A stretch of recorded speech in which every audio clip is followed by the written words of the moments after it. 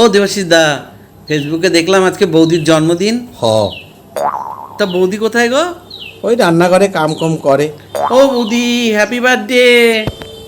কি Ajay, thank you ভাই। বস ভাই, চা করছি, চা খেয়ে যাবি? ঠিক আছে বৌদি, আছি কিছুক্ষণ। ও দেবাশিস দা, একটা কথা শোনো না।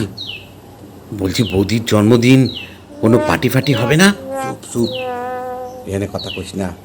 রাত্রিবেলা হবে এখানে কথা কইস না। না রে, তোর বৌদি তো আজকে শ্রাবণ মাসের সোমবার, প্রত্যেক সোমবার শ্রাবণ মাসে বৌদি উপাস করে।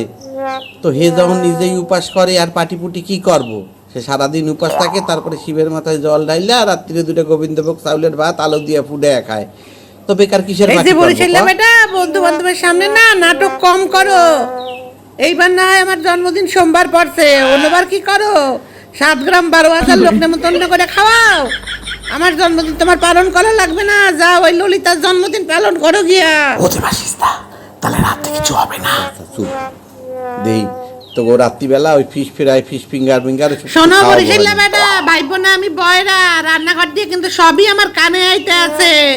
তোমার ওই ফিশ ফ্রাই, ফিশ ফিঙ্গার খাওয়া মানে তো লগে আবার গেলন আছে। গিল্লা যদি ঘরে ঢোকো না, তাহলে কিন্তু রাত্রে আরে না, ঘরে না। ঢুকতে দেবো না, এটা যেন মনে থাকে।